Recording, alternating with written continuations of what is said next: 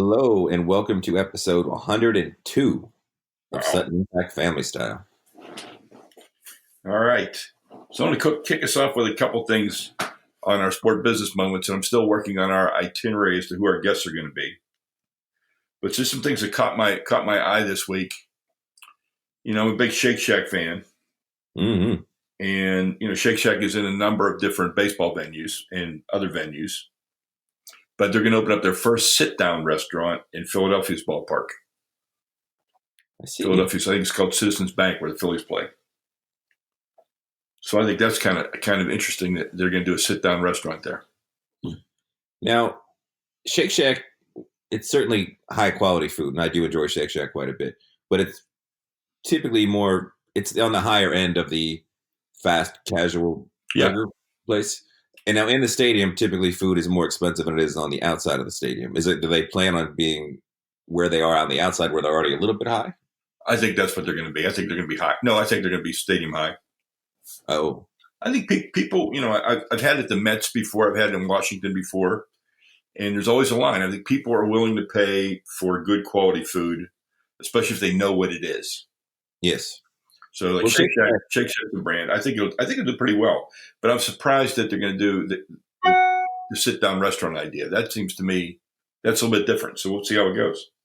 Now, is this the sit-down restaurant? Is it one of the ones that has like a view of the stadium? Can you watch the game from Shake Shack? I have not seen where it is. I would assume it's up on the concourse somewhere. So I wouldn't think so. But they also put in a beer garden. I think it's near the beer garden. Okay. So they're trying to, again, we've talked about this on the show a number of times, and I've talked about it in my SBJ columns before.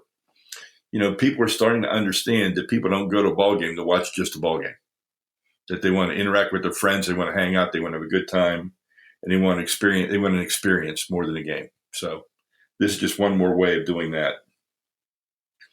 So while we're on this topic, I'll just ask you a real quick question. I think of all these sort of high-end fast food burger places, your Whataburger, your In-N-Out, Five Guys, Shake Shack. I guess there's some regional ones as well. Which is your favorite? Mine is Shake Shack. I love Shake Shack. I would give Shake Shack a slight nod over BurgerFi. Okay. And I don't know how we had BurgerFi. We had BurgerFi in Florida.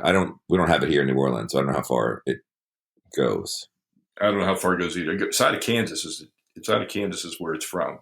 Okay. But I enjoy my BurgerFi, but I also really like Shake Shack. I think BurgerFi, I like their fries better than Shake Shack fries. So when I want both, that's what I get. I do like the shakes at Shake Shack, and I love the burger. So it's good. And if you're in New Orleans, our I closest also have a place called Burger Lounge that I always have in California. In New Orleans, we have Company Burger, which is the one you want to go to for your fast casual, whatever. I don't know what that genre actually is, but it's a good burger. So, yeah, I don't know. So, all right. On the same vein of changing the experience, the PGA Tour is going to try out interviews with players during the matches. Okay.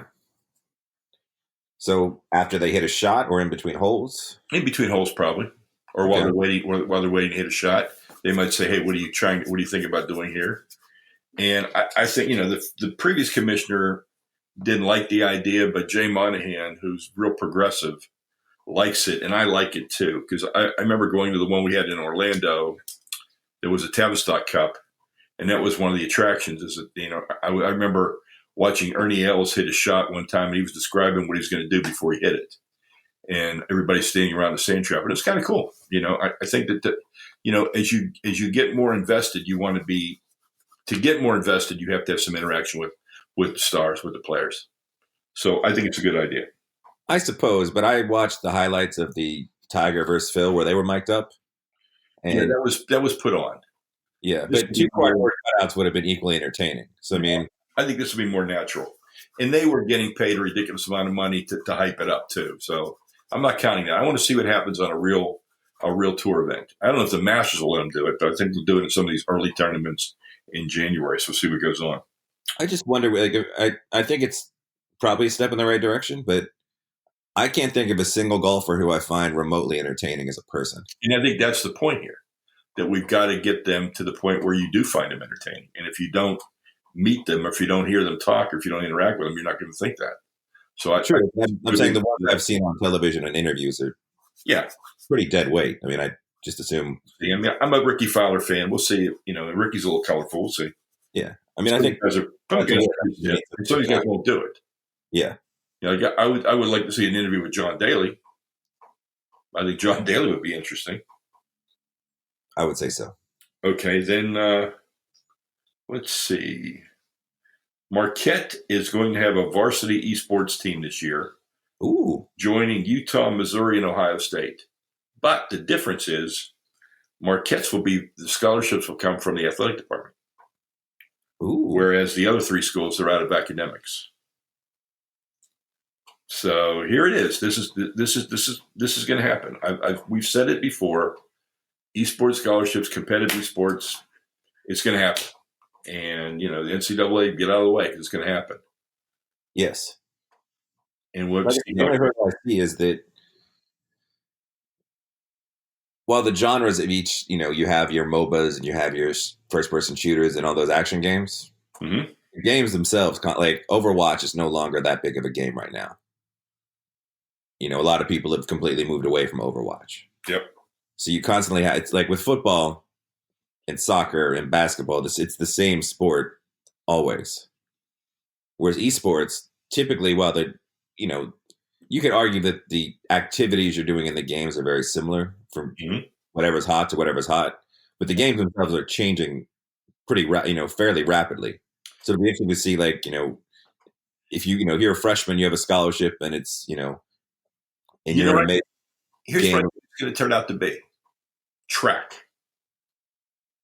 Like if you're a track athlete, you run the mile, you run the relays, you run the hurdles, you run distance, you do different things, right? Right. This is going to be the same thing. You're going to have different games that different people specialize in. Yeah.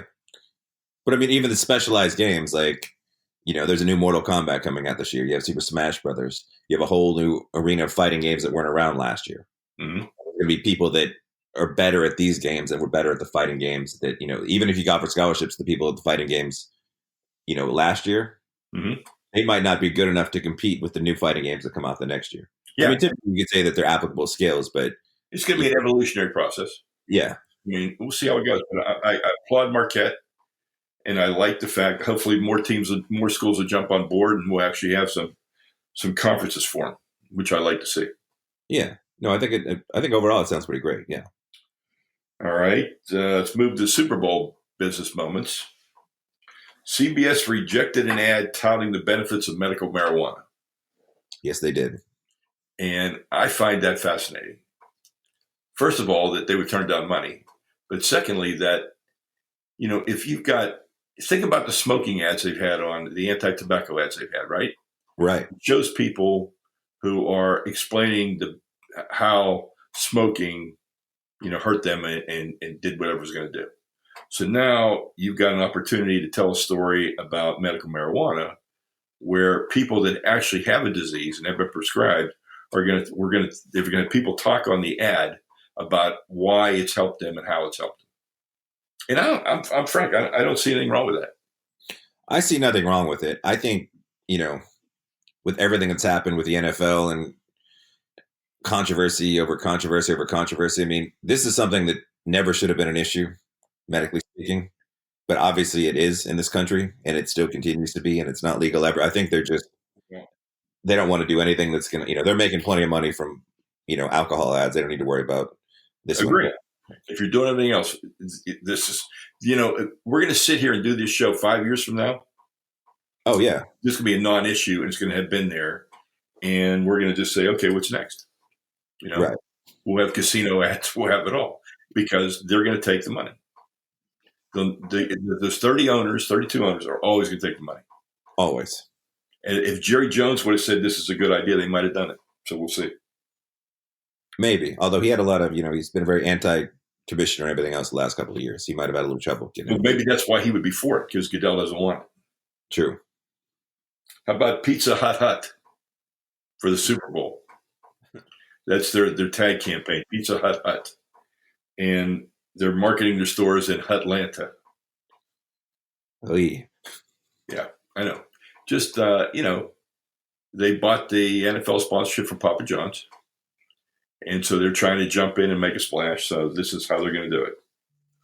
So Pizza Hut doesn't get me, and Hutlanta, not working for me either.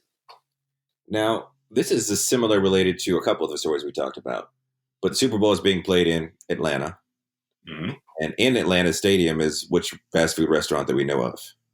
Chick-fil-A, Chick-fil-A. which will not be operating. It's not going to be operating. Nope. And I know they, I didn't know if they would make a special. That was the story last week. I didn't know if there'd been any movement towards a special. It's the Super Bowl. We're going to open up our Chick-fil-A for Super Bowl Sunday. But nope. And I applaud them because it's consistent with who they are. Because they sponsored a golf tournament in Atlanta called the Chick-fil-A. I forget what it was called. Mm-hmm. And they had Chick-fil-A Friday, Saturday. They didn't have it on Sunday. And it's their tournament, and they ran the concession stands. Wow. I mean, you got to. They're consistent to who they are. They're not going to cave. They're going to be who they are, and I applaud them for that. No, that is good when you talk about it like that. All right, and then let's lead into our discussion of the NFL now. Okay. My last business moment, and it's a quasi-business moment, quasi-social commentary. Roger Goodell's been hiding all week since that no call in New Orleans. Yes, he has. No commentary, nothing. And so I'm thinking, part of me thinks that was a huge mistake because it's going to come up now this week when he has to give his state of the NFL address. Of course. Unless he's planning to have some big unveil about addressing the issue and what he's going to do about it. So we'll have to see. But, I think that, if your initial perception is he's hiding, that's not a good perception. No. And he's somebody that clearly has zero benefit of the doubt with the public. He is. Yeah, his bank account of credibility is low. Yeah. I mean, do you think if he had come out with a generic, obviously that was we've had some horrendous calls in these playoffs, and that call was, obviously the wrong call, and it's something we plan to address in the offseason when we get the owners together. Does that help him, or does that even make him, does it do anything for him, basically, is what I'm asking to you, in your opinion? In my opinion, you come out strong and you say, this was wrong, this was a travesty, we're going to fix this, and here's how. And that's what I would do. But that's the key, is the here's how. Yeah. Because I would have already had a here's how. Or my here's how would have been, this is going to be on the owner's agenda for November. We're going to look at instant replay for pass interference or calls in the last 2 minutes or whatever. But we're going to make sure this doesn't happen again. That's what people want to hear. This doesn't happen again. That's the key sentence they want to hear. Now, I've heard a couple of interesting, I've made my thing on the thing very clearly. I think there needs to be people in New York that review all those calls, make them instantly, send it right back. Don't have people running around the field looking at, discussing, just have one guy that does it in New York, make it quick. But as people have pointed out, if you're going to start reviewing judgment call penalties, and clearly that was above and beyond. I mean, that was an obvious penalty. Yeah. But if you're going to start, but it is a judgment. It is, yeah. But if you're going to start reviewing pass interference and holding, and you open up that can of worms, that's not a good look for the NFL. Nope. And I don't think you can do it. I heard one. I wouldn't go with holding. I would avoid that. I would say holding is going to be called the way it's always been called. I think realizing holding takes place on almost every play. We are going to let the officials continue to call holding the way it's been called and hope that yada yada yada. But this was. Oof. Yeah, but when we watch football together, it looks like, as a Steeler fan, and this will be the last time I'll probably be able to say this as a Steeler fan, it looks like Antonio Brown gets interfered with on almost every play. Or he's interfering on every play, all the hand fighting. Like, if you make that, I think that's a can of worms you don't want to. It started off, they were calling every ticky-tack thing, and in the last couple of weeks, it went to, Mortal Kombat. Yeah. Now, somebody brought up something. They said that, you get your 3 challenges throughout the game. And somebody said you should have 2 regular challenges, which are your red flags.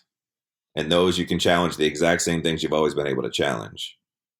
And then you get sort of and I hate using the word trump card at this point, but whatever, that's what it would be called.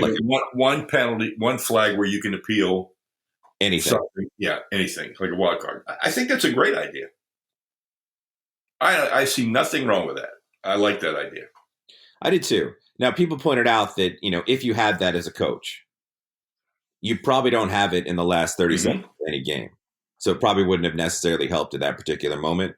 But that way you have your one, whether it's holding, offsides, face mask, whatever you want to call it. You get your one.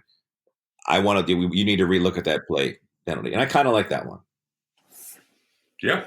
I thought that was the most interesting of all. I like that call. So let's move to the Super Bowl. Well, I would bet everything I own in the entire world New England wins. Yeah, I would too. And it's not even, I don't even think it's close. I think it could be as bad as 14 points. I think it's going to be one of those games where it might be, 7 points by the time it's said and done, but I think it'll be a game New England won handily, and maybe there's like a garbage TD in the fourth quarter that makes it look a little closer than it is. Well, my analysis of the game is Belichick's going to take away the running game.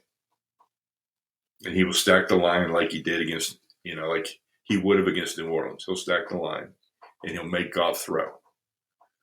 No, I think that's the sound strategy because I don't think their wideouts are all that for the Rams. Yeah. And I think then if the real weapons are the running backs, that's what he's going to take away. So on the other side, if Aaron Donald doesn't have – if they don't have at least 4 sacks in this game and 2 turnovers, they don't have a shot. And I think back to the running game thing, Todd Gurley, who was one of the most dominant players in the NFL for the first probably 2/3 of the season, has been a shell of himself. Yeah, we don't know how badly he's in the running game. He's good blocking. He's good in the passing game. And nothing against C.J. Anderson, who's had a wonderful little run in the playoffs. But yes. And I haven't heard anything because I've done some research too. Like nobody seems to know is Gurley just a little banged up? Is it what's going on exactly with him? But to go from a guy that led the league in touchdowns and was a force in the passing game, a force in the running game, to being almost basically benched for C.J. Anderson, who anybody in the league could have had for most of the season. Yeah. That's not good. No, it's not good at all. So we will see. I am debating whether or not I even watch it. I just don't think I think it's going to be like, I remember Super Bowl where San Diego played San Francisco. And I think it was like 40-something to 10 or 40-something to 17 or something. And I could actually see that. It'll be interesting. I mean, Ndamukong Suh is finally starting to play like Ndamukong Suh can play. Both their corners their big money corners are healthy again. Aaron Donald can dominate a game. Mm-hmm. And I know the one thing that, makes the Rams a little bit more difficult to handle is that they said they run the same personnel sets all the time. So it's, they run almost the same formation throughout the entire game. So you never know what they're going to do based on their formation, which makes it a little more difficult to stack against the run or the, Yeah. But I have very little faith in Jared Goff as a quarterback. And I think... Well, I don't have any faith in anybody against Belichick for the first time. Yeah, and I think Belichick will do enough just to throw him off a little bit. And with Belichick getting 2 weeks to prepare, exactly, I never would bet against it. Mm-hmm. But to be now, here's my glimmer of hope. If you're a Rams fan, okay, I would have said the same thing about Nick Saban having 2 weeks to prepare for Clemson, and I would have said they don't have a shot. I would have said Alabama will win, and I was wrong. So, take heed in that. But I just don't think that the Rams are all that. I really don't. So, no. But as I said last week, I've sort of come to the conclusion that, there's never been a more dominating team throughout the history of the NFL than this Brady Belichick dynasty. No, it pains me to say it, but it's true. Yeah. And whether or not they win this Super Bowl or lose this Super Bowl, it really doesn't affect that opinion. I mean, I won't change. If they lose the Super Bowl, I'm not going to all of a sudden be like, oh, no, they weren't the most dominant. I've come to the conclusion that they are. So no matter what happens, it's, so as a bitter, angry, anti-Patriots person, I'm just sort of over it. And it's like, whatever. Yeah, it's over. All right. Now, NBA trades. When you move the NBA trade, you got some more NFL. I got one more NFL thing, just because it's another rule thing that is going to be discussed. Obviously, the Patriots beat the Chiefs by getting the ball in overtime and the Chiefs never touching the football. And I know Yeah. people like to say, well, the Chiefs should have stopped them. They played defense. But, then you have the argument. And some people are proposing the college football one as an alternative. And I sort of feel like for the playoffs, just the playoffs, you should change. You should have a different rule. And I think for the playoffs, you play the entire period. If it's a 10-minute period instead of a 15-minute period, but I just feel like the playoffs shouldn't be decided the way they were decided. And I know that's okay. Then if you look at it that way, then getting into the playoffs is just as important. So I think my rule would be, the rule I would suggest is that in any overtime situation, both teams get a chance to play the ball, no matter what the other team does. So if you throw an interception, I ran in for a touchdown on the very first possession of overtime, that's a win. I'm going to give it to the other team that they got one possession. Unless you argue, well, no, in that case, they already would have had their possession. Yeah. All right, so that would be the only way I would end it. But if I march down and score a touchdown, I'm going to give you the ball to let you try and match my touchdown. Yes. And I'm fine with that. And I don't need to put it on the 20-yard line like college football. I can put it on the 50, or I could just kick off, do whatever you want to do with it. Yeah, I've read some bizarre proposals. Yeah, I just want both teams to get the ball. Yes.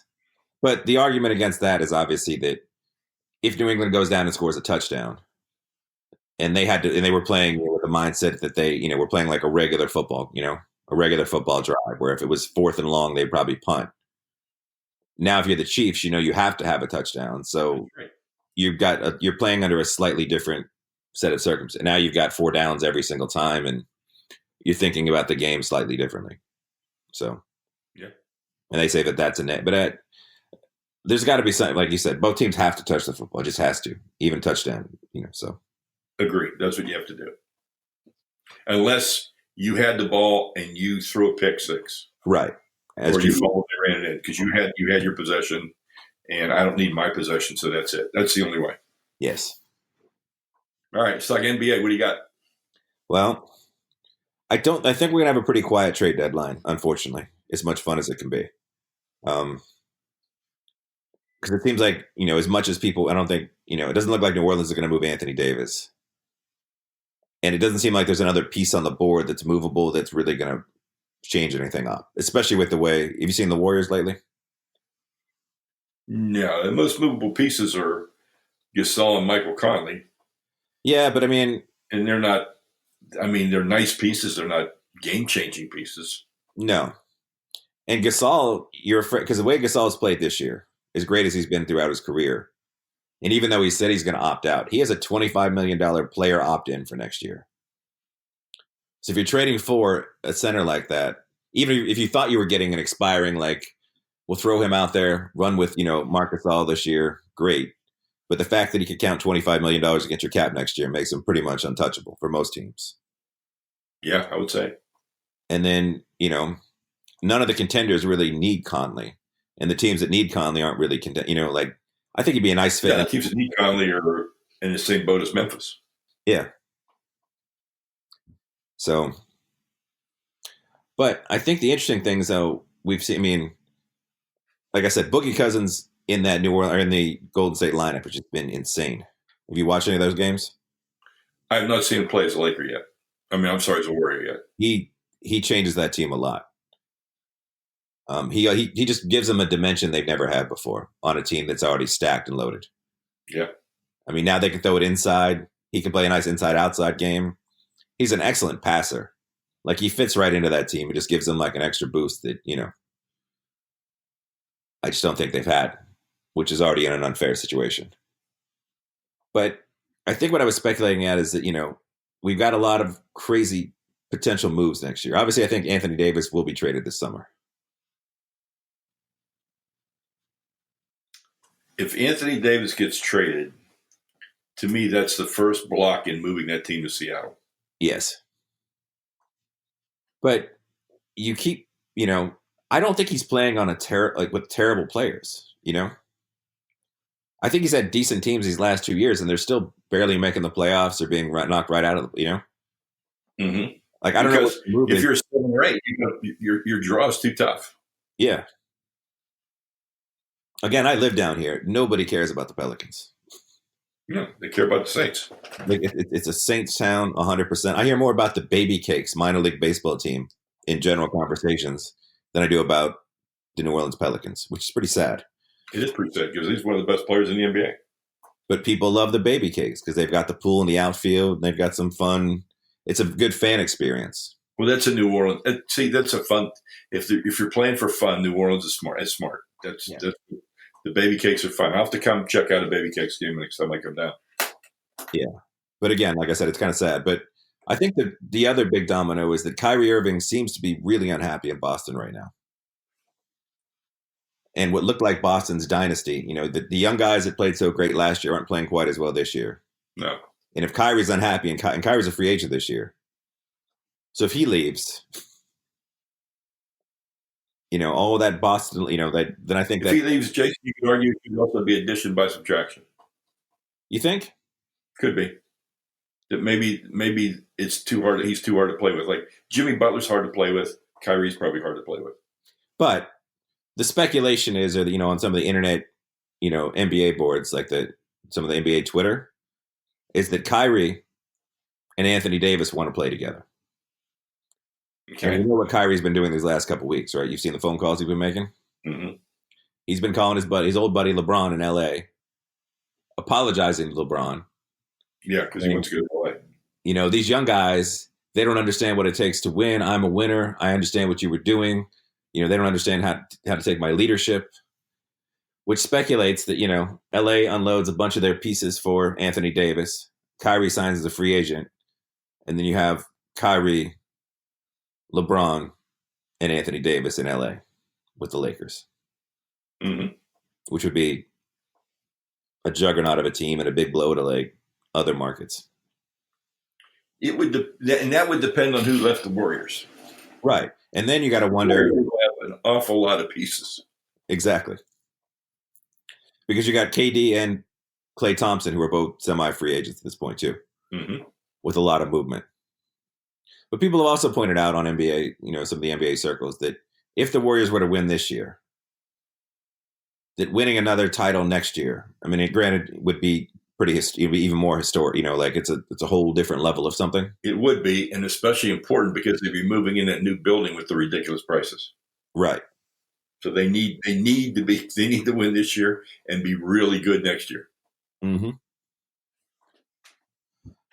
So I mean, they can afford to be. They'll be over the cap. They can afford to be over the cap. Yeah. They gross more money than any other team in the NBA, given market size. Mm-hmm. They're not New York or LA, but other than that, they're going to be the top grossing market always. Oh, yeah.